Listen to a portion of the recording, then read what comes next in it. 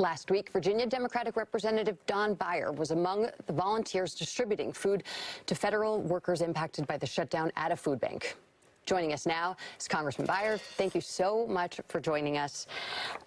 What is your reaction to Trump last night and the administration saying that they need legal clarification from the courts after just receiving legal clarification that they need to disperse the contingency funds to continue SNAP?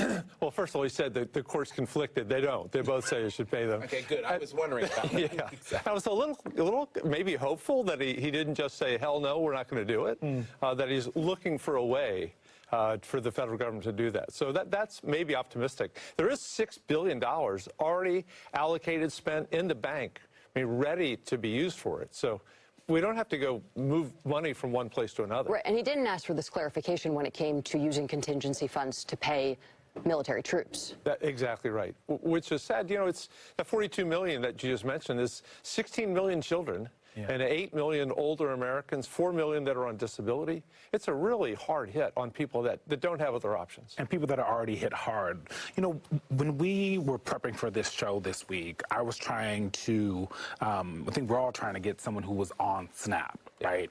And what I found from folks were that they were scared to come on because they were worried about blowback. They were worried that someone from the administration would see their SNAP benefits would be cut, or they would never get their SNAP benefits. They'd be cut off from it completely.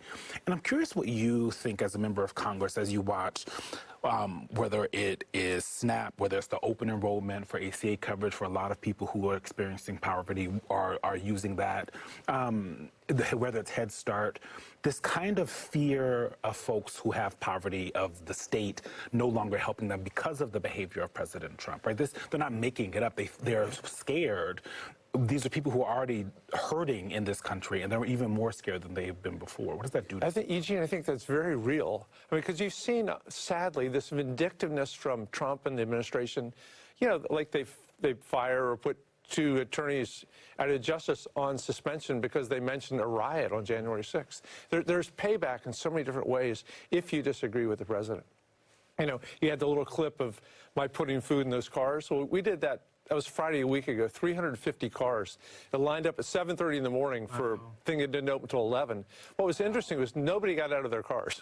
Nobody wanted to be on camera. They were happy to have the food in their car, but they didn't want to be on TV. Because we've made it embarrassing for folks to get things from the federal government when the federal government probably should be making sure that people can eat or give them more money in minimum wage so that they can feed themselves and their family. You know, Congressman, we were talking in the 7 o'clock hour with Michael, our congressional reporter, about the potential of there being cracks. Michael Schnell, the potential cracks in the resolve of Democrats, but also Republicans in terms of ending this shutdown.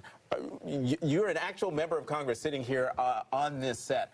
Are there cracks? Are the little talks that have been going on from the very beginning, are they picking up in urgency now that we are at November 1st when the Obamacare folks are getting the open enrollment is here and folks are finding out what their health care is going to cost, and also with this SNAP emergency? Boy, that's a complicated question. So number one, on the House side, I think there are relatively few or very few conversations because the House Republicans have not been in town for 5 weeks. Since mid-September. And they're gone again next week. I'm more optimistic about this talks happening on the Senate side. I know Mark Warner, Tim Kaine, they're talking to their Republican colleagues, which gives me some hope. Your fellow Virginians. Yeah, and the senators are here, at least.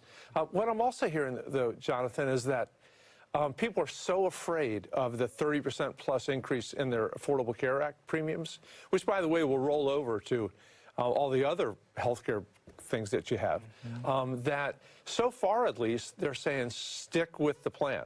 You know, don't back off until the Republicans will come to the table on the health care premiums. And you do see cracks there. The most obvious one is Marjorie Taylor Greene and Josh Hawley and another other ones that says, yes, we need to fix the Affordable Care Act, the subsidy problem. And it's not just SNAP that's going to be impacted on this deadline. There are other deadlines, including Head Start, and starting today as well. More than 65,000 children are going to be at risk of losing access to Head Start. When you are talking to your constituents, what are you hearing in terms of the service, the public good that they are most worried about losing access to right now? Well, before midnight last night, it was overwhelmingly the subsidies for health care. Today it's going to shift on SNAP benefits. And once again, the sad part, as with Head Start, it affects those people that are most vulnerable that have the least other resources. Right. They don't have savings. Right. Yeah. Really quickly, you're declining a paycheck during this shutdown. How are you? We're 32 days into this. Yeah. When you see Mike Johnson continuing to cancel votes and not having you guys here and forcing Democrats to keep voting no on this bill, how are you and your colleagues thinking about that? Very frustrated. Yeah. You know, he seems to only take direction from Donald Trump. I mean, I so wish that we were back, even in a shutdown.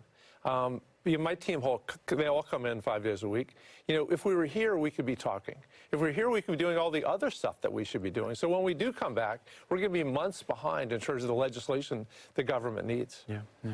Congressman Beyer, thank you so much for taking time out of your not so busy week.